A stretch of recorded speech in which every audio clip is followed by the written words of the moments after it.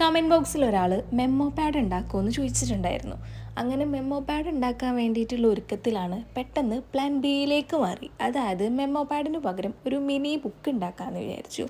So ഈ കാണുന്ന രീതിയിൽ ഒരു കളർ പേപ്പറാണ് ഞാൻ എടുത്തിട്ടുള്ളത്. സോ അതിന് പകരം എന്ത് പേപ്പർ വേണമെങ്കിലും എടുക്കാം.